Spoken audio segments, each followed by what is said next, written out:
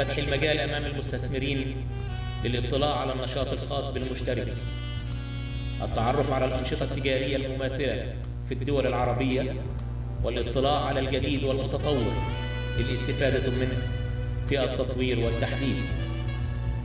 يتم إعداد وتنفيذ فيلم إعلاني لكل مشترك عن نشاطه ليعرض داخل الموسوعة في قسم النشاط الخاص به. تقدم نسخة DVD من الفيلم لكل مشترك يستفيد منها في العرض بأي محطة تلفزيونية، أو يقوم بطبع نسخ منها لتوزيعها على العملاء أو مع المندوبين، أو يتم عرضه داخل المعارض الخاصة به أو في غرف الاجتماعات للعرض على العملاء ورجال الأعمال.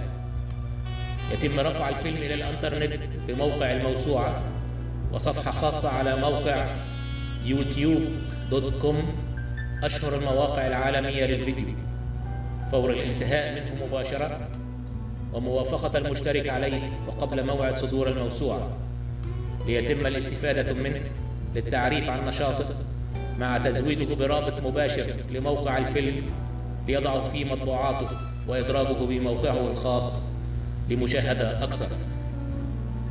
يتم تصميم مساحة إعلانية ملونة 8 سم في 8 سم لكل مشترك، توضع في موسوعة التكامل العربي المطبوعة في القسم الخاص بنشاطه. يحصل كل مشترك على نسخة كاملة من ألبوم الموسوعة عند الإصدار.